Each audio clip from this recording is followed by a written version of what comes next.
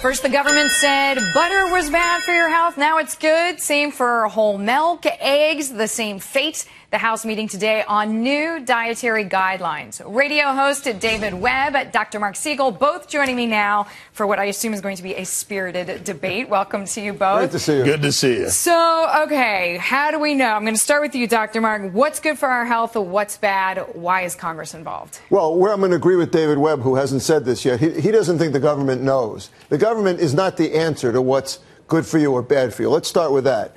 But the reason that there's so much chaos here is because they told us for years, the government did, that fats were bad, saturated fats. But what they forgot to say was that the sugar you take in place of it, like a fat-free yogurt loaded with sugar. You know what the body does with sugar? It converts it to fats. So that's the confusion. Both fats and sugars are bad for you. Now, yes, meat is bad for you. By the way, red meat is bad for you, too much of it.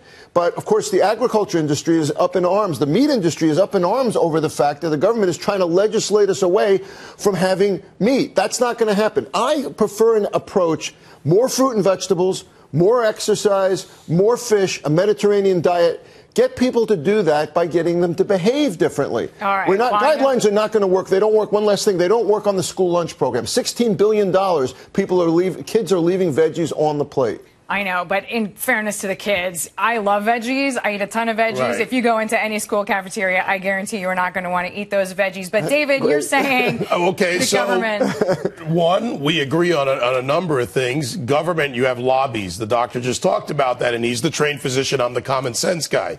So the government has lobbies, lobbyists, special interests, both sides of the aisle. And we end up with these half-baked studies a lot of time that tell us butter's bad for you, coffee's bad for you, but then it's good for you, then who knows what. Well, the food pyramid, right, was sort of during World War II, and that was meant to actually get us all to eat more carbs. Here's where I want to get back to. Protein. The foundation, common sense guy, the proper diet. You love your veggies. I love my veggies. My parents taught me what was good for me, what I should do, exercise, all the other things, eat in moderation, balance everything, a balanced diet. Government didn't teach me that. What they're doing in the schools, to his point, is you're treating the symptom. The kids get there, trying to force them to eat veggies. The foundation is these kids need to be taught at home. Look, what do you think, Dr. Marc? When Bloomberg was mayor of New York City, he caused such a stir, saying you can't sell a soda over a certain ounce. And his argument was actually an economic one, saying, I don't really care what you do, but here's the thing. Everyone else is paying for your bad decisions. And that's a point you were making before we came on. We have a diabetes epidemic in this country. We have an obesity epidemic in this country. We're feeding it with all the cookies and cakes we're eating.